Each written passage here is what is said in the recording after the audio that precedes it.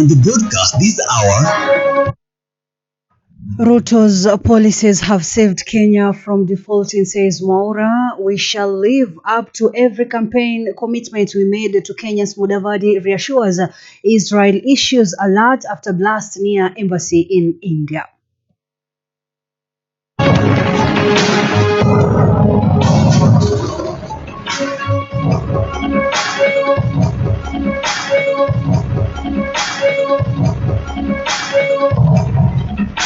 Iqra 3 p.m. news begins now.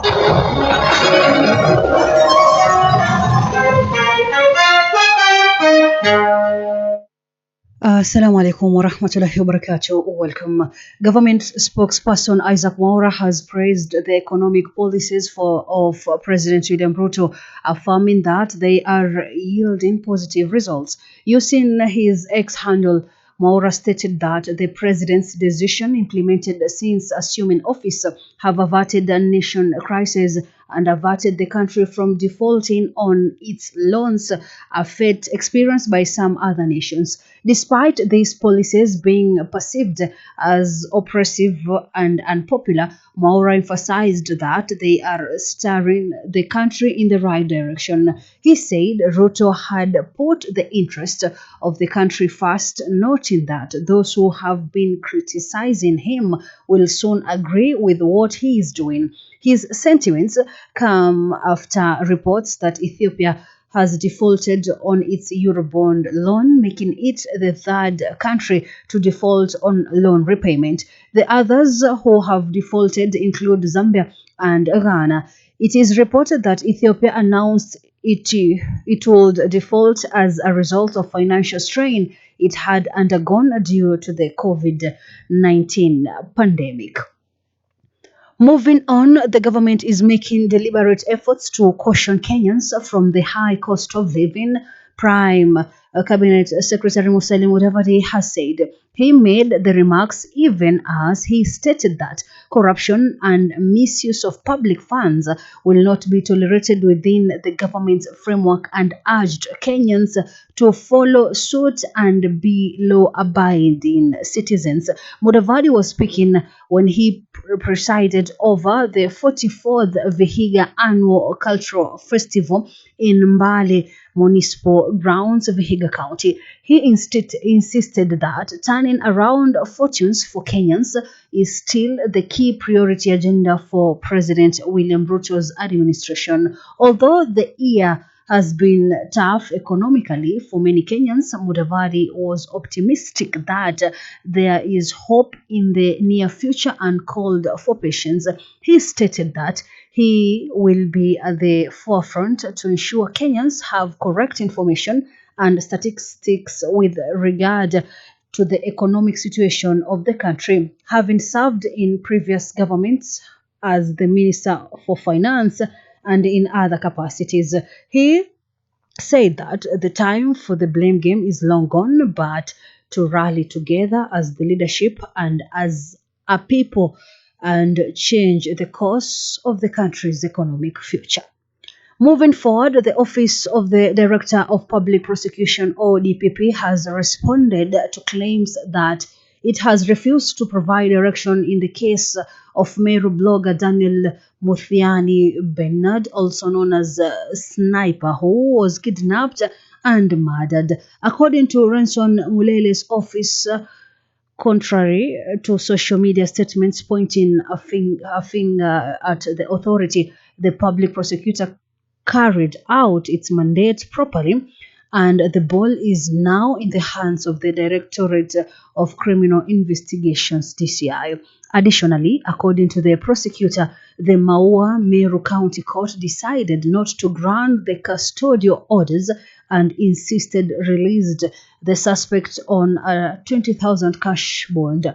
But according to ODPP, after Sniper's body was found, it gave DCI the order to start looking into murderous crime right away and submit the inquiry file that came from it for review and guidance. The announcement follows State House blogger Dennis Itumbi's accusing finger, claiming the ODPP has declined to investigate Sniper's murder. Elsewhere, the 400 million shillings Stay Online Limited business is owned by Rwandanese investor Desire Munyuza, according to a ruling by the High Court. Desire Munyuza and Kenyan businessman Kirimi Koome claimed ownership of the company in the case. Desire told the court that he trusted Koome after being introduced to him and being told that he comes from a wealthy family and that he would connect with him with prominent people. Desire further explained to the court how he injected money, including capital, into the business, adding that he lacked the necessary documents, forcing him to register the company in the countries because he was not a Kenyan. According to the evidence presented in court, Koome was supposed to earn commissions and act as an agent. Koome was charged in October with conspiracy to defraud a Rwandanese national of 391 million shillings. Moving on, Nairobi Women Representative Esther Passaris has expressed concern about the persistent disregard for pedestrian footbridges by residents. Passari emphasized the need to put an end to the cultural habit of crossing roads instead of using footbridge. Passaris highlighted the alarming practice of individuals crossing just beneath a footbridge, putting their lives at risk.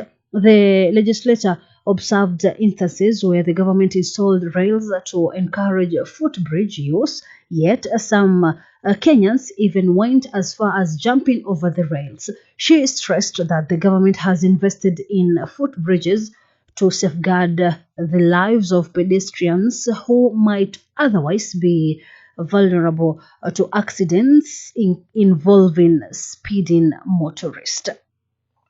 Internationally, Israel has upgraded its travel advisory for citizens in India after a low-intensity explosion near the country's embassy in Delhi. The blast took place last evening in the capital's Nyakapuri diplomatic enclave. Nobody was injured, but police said they recovered shrapnels from the spot. An investigation is underway. Israel has asked its citizens to avoid crowded places like malls and markets and skip large-scale events. In a public message, the country's national security headquarters NSH also warned Israel's staying in India and Delhi in particular to stay alert, avoiding displaying Israel symbols in public and not post their trip details or photos on social media channels. Earlier this month, the NSH warned Israelis to reconsider all their travel abroad and called on those who do need to travel overseas to avoid outward displays of their Jewish identity amid the ongoing war in Gaza. Now you're up to date. I'm Madina Eid. Stay tuned.